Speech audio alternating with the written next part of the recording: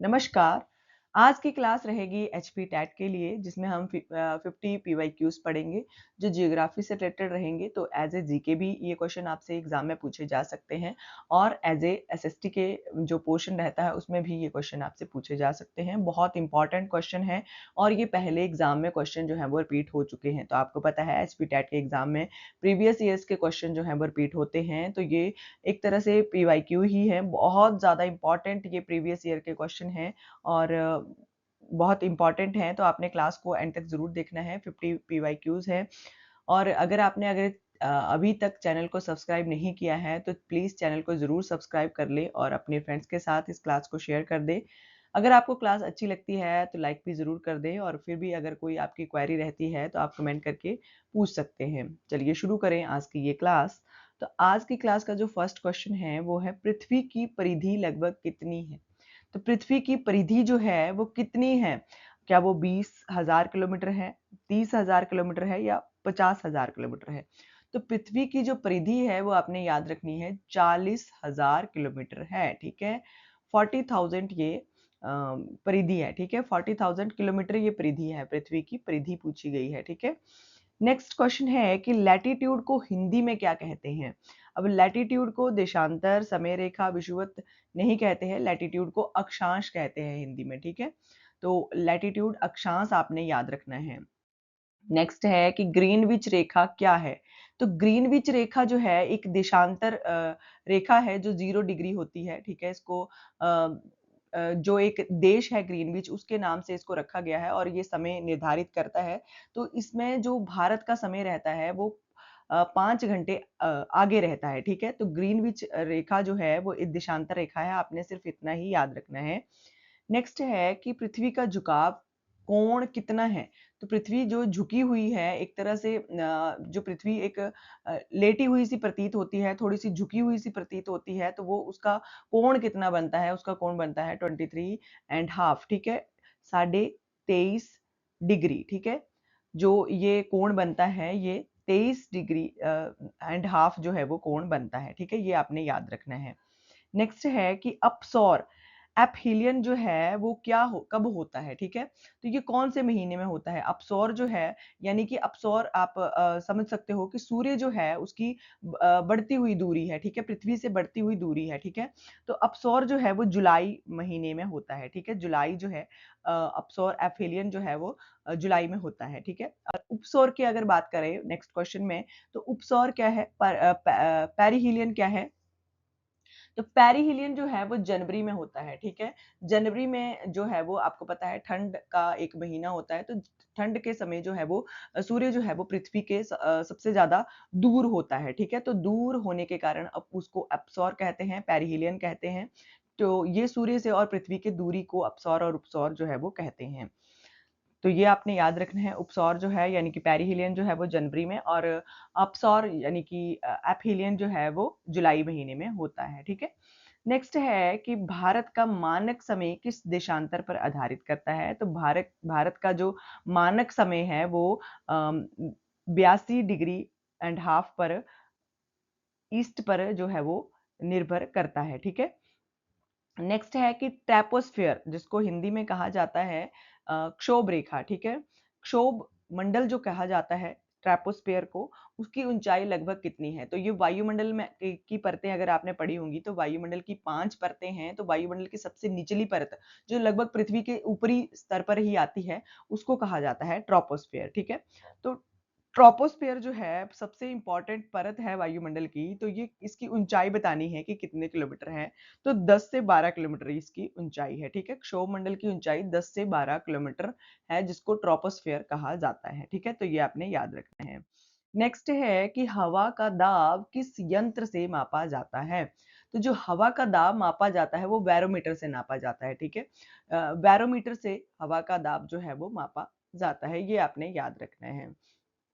Next अगर आपसे पूछा जाता है कि भूकंप का जो दाब मतलब भूकंप को किस चीज़ से मापा जाता है, तो रिक्टर स्केल आपने याद रखना है। रिक्टर स्केल जो है उससे भूकंप को मापा जाता है। हवा का दाब जो है वो बैरोमीटर से नापा जाता है। नेक्स्ट है कि चक्रवात किस दिशा में घूमता है उत्तरी गोलार्ध में, कि चक्रवात जो है वो किस दिशा में घूमता है, तो वो घूमता है बर्मावत, ठीक है, बर्मावत वामावर्त जो है वो चक्रवात घूमता है, ये आपने याद रखना है। नेक्स्ट है रोरिंग फोर्टीज जो है वो किससे संबंधित है। रोरिंग फोर्टीज जो है एक तरह से बहुत तेज हवाएं होती हैं, ठीक है, बहुत तेज हवाएं जो हैं वो रोरिंग फोर्टीज होती हैं। नेक्स्ट क्वेश्चन देखते हैं। नेक्स्ट है पैम्पास। पैम्पास किस प्रकार के घास क्षेत्र हैं, तो जो पैम्पास हैं ये दक्षिण अमेरिका के घास क्षेत्र हैं, ये आपने याद रखना है और ये एग्जाम में बहुत बार क्वेश्चन जो है वो रिपीट हो चुका है, ठीक है। पैम्पास जो है वो दक्षिण अमेरिका के घास क्षेत्र हैं, ठीक है। नेक्स्ट है स्टेपी। स्टेपी घास भूमि यानी कि ये भी घास क्षेत्र ही है, पैम्पास और स्टेपी दोनों ही घास क्षेत्र हैं, लेकिन अलग अलग क्षेत्रों में ये पाए जाते हैं। तो स्टेपी घास भूमि जो है ये कहाँ पर पाई जाती है, ये रूस या फिर मध्य एशिया के क्षेत्रों में पाई जाती है। स्टेपी जो है मध्य एशिया यानी कि रूस के क्षेत्रों में ये पाई जाती है। टाइगा, टाइगा वन क्षेत्र कहाँ पाए जाते हैं, तो ये टाइगा जो है वो वन क्षेत्र है, सबसे पहले तो आपको ये पता होना चाहिए। तो टाइगा वन क्षेत्र जो है वो शीत क्षेत्रों में पाए जाते हैं, ओके, शीत क्षेत्र जो रहते हैं वहां पर टाइगा वन क्षेत्र जो है वो पाए जाते हैं। आगे है लेटराइट मिट्टी। भारत की मिट्टियां हम पढ़ चुके हैं, ठीक है, बहुत इंपॉर्टेंट टॉपिक है ये, भारत की मिट्टियां, ये पूछा जाता है आपसे एग्जाम में। तो लेटराइट मिट्टी जो है वो किस क्षेत्र में मिलती है, तो ये जो लैटराइट मिट्टी है ये आर्द्र उष्णकटिबंधीय क्षेत्रों में मिलती है, ठीक है, जो आर्द्र उष्णकटिबंधीय क्षेत्र है वहां पर लैटराइट मिट्टी जो है वो मिलती है। नेक्स्ट है काली मिट्टी का दूसरा नाम क्या है, ये बहुत बहुत बहुत इंपॉर्टेंट क्वेश्चन है और पहले भी मैं इस क्वेश्चन को बहुत बार पढ़ा चुकी हूँ कि काली मिट्टी का दूसरा नाम है रेगुर मिट्टी, ठीक है, रेगुर इसको कहा जाता है, काली मिट्टी को रेगुर मिट्टी कहा जाता है, तो ये आपने याद रखना है, रेगुर काली मिट्टी को कहा जाता है। दोआब क्या है, अब दोआब क्या है, दोआब होता है दो नदियों के बीच का क्षेत्र, ठीक है, दो नदियों के बीच का जो क्षेत्र रहता है वो उसको दोआब कहा जाता है, ठीक है। नेक्स्ट है कि भावर, भावर क्षेत्र कहाँ पाया जाता है, तो भावर जो है वो हिमालय की तलहटी पर पाया जाता है, ठीक है, हिमालय की तलहटी जो है वहां पर भावर जो है वो भावर क्षेत्र जो है वो पाया जाता है। आगे है खदर क्या है, तो खदर जो है नई जलोढ़ मिट्टी होती है, ठीक है, नई जलोढ़ मिट्टी को खदर कहा जाता है। रेगिस्तान की का जहाज किसे कहा जाता है, तो ये तो बहुत ही आसान सा क्वेश्चन है और ये क्वेश्चन एग्जाम में पूछा गया है तो इम्पोर्टेंट है ये। रेगिस्तान का जहाज जो है वो ऊंट को कहा जाता है, ठीक है, ऊंट जो है आपको पता है रेगिस्तान में सबसे ज्यादा ऊंट जो है वो पाए जाते हैं, तो उसके लिए उसको रेगिस्तान का जहाज जो है वो कहा जाता है। ओएसिस क्या है, ओएसिस जो है वो एक मरुस्थल में जल स्रोत है, ठीक है, मरुस्थल में जल स्रोत को ओएसिस कहा जाता है, ये आपने याद रखना है। आगे है फ्योर्ड क्या है, तो फ्योर्ड जो है एक तरह से समुद्र हिमानी घाटी है जो समुद्र से भरी हुई है, यानी कि अगर मैं आपको समझाऊं तो ये है कि जैसे बर्फ पिघलती है तो उसके बाद जो एक बहुत गहरी खाई टाइप बन जाती है जो तीनों ओर से घिरी होती है, उसको कहा जाता है फ्योर्ड, ठीक है, फ्योर्ड कहा जाता है। ये समुद्र से भरी होती है और ये हिमानी घाटी होती है जो कि बर्फ से पिघलने के बाद एक तरह से घाटी बन जाती है, बहुत ऊंची ऊंची जो मतलब चट्टाने टाइप बन जाती हैं और उसके नीचे जो एक पानी भरा होता है उसको कहा जाता है हिमानी घाटी, फ्योर्ड, ठीक है। डॉल्ड्रम्स क्या है, डॉल्ड्रम्स जो है वो शांत क्षेत्र हैं, ठीक है, तो शांत क्षेत्र को डॉल्ड्रम्स कहा जाता है। नेक्स्ट है जेट स्ट्रीम क्या है, जेट स्ट्रीम जो है वो ऊंचाई पर तेज हवाएं जो चलती हैं उनको जेट स्ट्रीम कहा जाता है, सबसे ज्यादा ऊंचाई पर जो एक तरह से बहुत तेज हवाएं चलती हैं उनको जेट स्ट्रीम कहा जाता है। लू क्या है, तो लू आपको पता है बहुत ही आसान सा क्वेश्चन है ये, आजकल गर्मी के दिन लगे हुए हैं तो जो गर्म हवाएं चलती हैं या सूखी हवाएं जो चलती हैं उनको कहा जाता है लू, ठीक है, बहुत तेज गर्म हवाएं जो चलती हैं उनको लू कहा जाता है, ये आपने याद रखना है। आगे है ब्लैक फॉरेस्ट, ब्लैक फॉरेस्ट कहाँ पाया जाता है, तो ये जर्मनी में पाया जाता है ब्लैक फॉरेस्ट, ठीक है। नेक्स्ट है ग्रेट बैरियर रीफ, बहुत इंपॉर्टेंट क्वेश्चन है ये और बहुत बार रिपीट हो चुका है ये एग्जाम में। तो ग्रेट बैरियर रीफ जो है ये ऑस्ट्रेलिया में पाया जाता है, ठीक है, ऑस्ट्रेलिया में है ये ग्रेट बैरियर रीफ, ठीक है। नेक्स्ट है सिलिकॉन वैली जो है ये किसके लिए प्रसिद्ध है, तो सिलिकॉन वैली जो है ये आईटी उद्योग के लिए प्रसिद्ध है, ठीक है, आईटी उद्योग के लिए सिलिकॉन वैली जो है वो बहुत प्रसिद्ध है। इग्निस रॉक, जिसको आग्नेय शैल भी कहा जाता है। तो इग्निस रॉक जो है वो कैसे बनती है? तो इग्निस रॉक जो है, जैसे कि हमने देखा है कि जब पृथ्वी के अंदर निरंतर चेंजेस होते रहते हैं, तो जो पृथ्वी का जो अंदर का जो दाब है, एक तरह से पृथ्वी के अंदर की जो गर्मी है, जब वो ज्वालामुखी के रूप में बाहर निकलती है, तो उसको कहा जाता है इग्निस रॉक, ठीक है? तो मैग्मा से ठंडी होकर जो रॉक बनती है, यानी कि शैल बनती है, उसको कहा जाता है इग्निस रॉक, यानी कि आग्नेय शैल उसको कहा जाता है। जो ज्वालामुखी फटने के बाद जो लावा निकलता है, एक तरह से मैग्मा निकलता है, उसको जब वो ठंडा हो जाता है और एक ठोस रूप में बन जाता है, उसको कहा जाता है इग्निस, ठीक है? मैग्मा, ठीक है? ठंडा होकर जो बनता है उसको इग्निस रॉक कहा जाता है, आग्नेय शैल उसको कहा जाता है। नेक्स्ट, मेटामॉर्फिक रॉक, ये भी एक तरह से शैल ही है। तो मेटामॉर्फिक रॉक रॉक जो है वो है गर्मी और दबाव से, ठीक है? तो जैसा कि हमने अभी पढ़ा कि जो एक ज्वालामुखी जब फूटता है, तो उसमें से जो मैग्मा या लावा निकलता है पिघल के, वो होता है इग्निस शेल, ठीक है? उसको आग्नेय शेल कहा जाता है। तो आग्नेय शेल जो है, जैसे कई वर्षों के चेंजेस के बाद जो दबते जाते हैं, नीचे दबते जाते हैं, फिर जो जाकर जो गर्मी और दबाव के कारण जो एक सेल बनता है, उसको अवसादी सेल कहा जाता है और इंग्लिश में इसको मेटामॉर्फिक रॉक कहा जाता है, ठीक है? तो 3 प्रकार की शैलें होती हैं, आपने याद रखना है। सबसे पहली होती है आग्नेय शेल, उसके बाद आती है अवसादी सेल और तीसरे नंबर पर आती है कायांतरित शेल, ठीक है?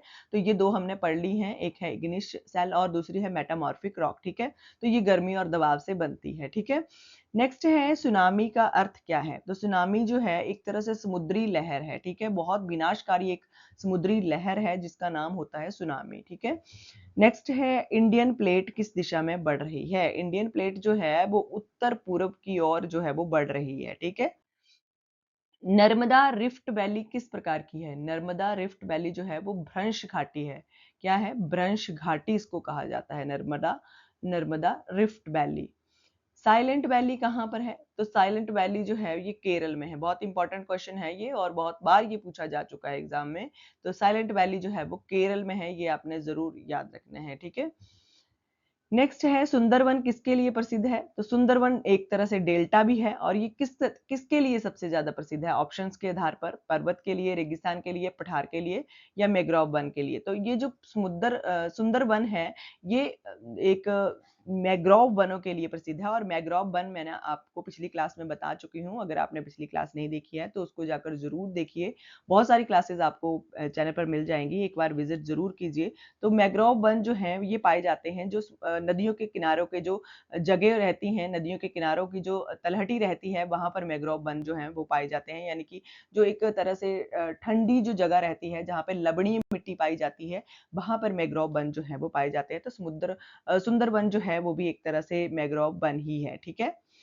नेक्स्ट है डेक्कन ट्रैप जो है वो किससे बना है? तो डेक्कन ट्रैप जो है वो लावा प्रवाह से बना है, ठीक है? लावा प्रवाह से बना हुआ है, यानी कि जो लावा चलते हुए जाता है उसको कहा जाता है डेक्कन ट्रैप, ठीक है? इंडस नदी जो है इसका उद्गम स्थल कहाँ पर है? तो उस इंडस वैली, इंडस नदी जो है उसका उद्गम स्थान कहाँ पर है? उसका उद्गम स्थान है तिब्बत में, ठीक है? तिब्बत में इंडस नदी का जो उद्गम स्थान है वो है, ठीक है? ब्रह्मपुत्र का पुराना नाम क्या था? तो ब्रह्मपुत्र का जो पुराना नाम था वो त्या सांगपो था, ठीक है? त्या सांगपो को कहा जाता है ब्रह्मपुत्र को, ठीक है? ब्रह्मपुत्र का जो ब्रह्मपुत्र नदी है हमारी, उसको त्या सांगपो कहा जाता था। नेक्स्ट है चेरापूंजी क्यों प्रसिद्ध है? तो चेरापूंजी जो है वहां पर सबसे ज्यादा बारिश होती है, ठीक है? तो भारत में सबसे ज्यादा अगर बारिश होती है तो वो चेरापूंजी में होती है, इसलिए ये बहुत ज्यादा प्रसिद्ध है। तो अत्यधिक बारिश के कारण ये बहुत ज्यादा प्रसिद्ध है। और अगर आपसे हिमाचल में पूछा जाता है कि कहाँ पर सबसे ज्यादा बारिश होती है, तो कांगड़ा का धर्मशाला आपने याद रखना है, वहां पर सबसे अधिक बारिश जो है वो होती है हिमाचल प्रदेश में। चेरापूंजी जो है वो भारत में सबसे ज्यादा वर्षा वाला स्थान है, ये भी आपने याद रखना है। नेक्स्ट है लोनार झील, और ये बहुत ज्यादा प्रसिद्ध है। लोनार झील जो है ये किससे बनी है? ये उल्का पिंड प्रभाव से बनी हुई है, ठीक है? किससे बनी हुई है? उल्का पिंड प्रभाव से। नेक्स्ट है थार मरुस्थल की में प्रमुख हवा कौन सी चलती है? पहले तो आपको ये पता होना चाहिए कि थार मरुस्थल जो है वो भारत का सबसे बड़ा मरुस्थल है, ठीक है? भारत का सबसे बड़ा मरुस्थल है, तो इसमें किस प्रकार की हवाएँ चलती हैं? और ये भारत का सबसे बड़ा एक गर्म मरुस्थल है, शुष्क मरुस्थल है, ठीक है? तो ये जो है यहाँ पर सबसे ज़्यादा लू चलती है, ठीक है? लू मैंने आपको बताया कि गर्म हवाएँ होती हैं, जो गर्मी के दिनों में बहुत तेज़ एक गर्म हवाएँ चलती हैं, उनको लू कहा जाता है। तो थार मरुस्थल अगर गर्म मरुस्थल है भारत का, तो यहाँ पर लू ही चलेगी, ठीक है? लू यानी कि गर्म हवाएँ चलती हैं। नेक्स्ट क्वेश्चन है कच्छ का रण जो है ये किस क्षेत्र में है? तो कच्छ का रण जो है ये गुजरात में है, ठीक है? गुजरात में ही कच्छ पाया जाता है, तो उसी उसी जगह पर जो है वो कच्छ का रण पाया जाता है, ठीक है? मलाबार तट जो है ये कहाँ पर है? तो मलाबार तट जो है ये पश्चिमी तट पर है, ठीक है? पश्चिमी तट पर है और ये बहुत ही सुंदर दृश्य ये बनाता है, ठीक है? तो ये देखने में बहुत ही लुभावना दृश्य बनाता है, तो ये पाया जाता है पश्चिमी तट पर। नेक्स्ट है कोरामंडल कोरोमंडल तट जो है ये कहाँ पर है? तो कोरोमंडल तट जो है ये पूर्वी तट पर है, ठीक है? तो मलाबार आपने याद रखना है पश्चिमी तट पर है और कोरोमंडल जो है वो पूर्वी तट पर है, ठीक है? इस तरह से आप रिलेट करके याद रख सकते हो, एक तरफ मलाबार और दूसरी तरफ कोरोमंडल, ठीक है? नेक्स्ट है एवरेस्ट जो है ये किस सीमा पर है? एवरेस्ट जो पर्वत है वो किस सीमा पर है? ये नेपाल और चीन की सीमा पर है, ठीक है? नेपाल और चीन की सीमा पर एवरेस्ट पर्वत पाया जाता है, ठीक है? अरावली पर्वतमाला कैसी है? तो अरावली जो है ये पूछा जा चुका है बहुत बार एग्जाम में, तो अरावली पर्वत श्रृंखला जो है ये सबसे प्राचीन पर्वत श्रृंखला है, ठीक है? अरावली पर्वतमाला जो है ये सबसे प्राचीन पर्वतमाला है, ये आपने याद रखना है। नियाग्रा फॉल्स जो है ये कहाँ पर स्थित है? तो नियाग्रा फॉल्स जो है एक तरह से जल प्रताप है ये, तो इसको जो है वो ये कहाँ पर पाया जाता है? ये यूएसए यानी कि संयुक्त राज्य अमेरिका और कनाडा की सीमा पर ये पाया जाता है नियाग्रा फॉल्स, ठीक है? नेक्स्ट है अमेज़न बेसिन किसके लिए प्रसिद्ध है? तो अमेज़न बेसिन जो है ये वर्षा वन के लिए प्रसिद्ध है, ठीक है? वर्षा वनों के लिए अमेज़न बेसिन जो है वो प्रसिद्ध है। नेक्स्ट है रेड सी का नाम क्यों पड़ा? तो रेड सी जो है शैवाल के कारण नाम पड़ा। तो रेड सी यानी कि समुद्र में एक बहुत ही लाल रंग का एक शैवाल जो है वो अधिक मात्रा में पाया जाता है, जिसके कारण वो जो समुद्र है, वो जो जगह है वो लाल रंग की दिखाई देती है, इसीलिए इसका नाम रेड सी जो है वो पड़ा है, ठीक है? तो शैवाल के कारण शैवाल जो है वैसे पानी का रंग तो नीला होता है लेकिन उसमें जो शैवाल पाई जाती है वो लाल रंग की होती है, उसकी वजह से पानी जो है वो लाल दिखता है, तो उसी उसी की वजह से इसका नाम रेड सी जो है वो पड़ा है, ठीक है? गोल्फ स्ट्रीम आज की क्लास का लास्ट क्वेश्चन है ये। गोल्फ स्ट्रीम क्या है? तो गोल्फ स्ट्रीम जो है ये एक तरह से समुद्री धारा है, ठीक है? समुद्री धारा को कहा जाता है गोल्फ स्ट्रीम, ठीक है? तो आज की क्लास के लिए बस इतना ही। आई होप आपको क्लास बहुत अच्छी लगी होगी और बहुत इंपॉर्टेंट आज की क्लास में क्वेश्चंस थे। जियोग्राफी से रिलेटेड एज ए जीके भी आपसे ये क्वेश्चन पूछे जा सकते हैं, तो बहुत इंपॉर्टेंट हैं। तो क्लास को प्लीज़ लाइक ज़रूर कर दीजिए, अपने फ्रेंड्स के साथ शेयर ज़रूर कर दीजिए और अगर अगर आपने अभी तक चैनल को सब्सक्राइब नहीं किया है, तो प्लीज़ चैनल को ज़रूर सब्सक्राइब कर लें और साथ में लगे बेल आइकन को भी प्रेस कर दें ताकि आपके पास आने वाले हर वीडियो का नोटिफिकेशन पहुंच जाए, ठीक है? तो आज की क्लास के लिए बस इतना ही। आई होप आपको क्लास अच्छी लगी होगी, आप क्लास को लाइक ज़रूर कर देंगे।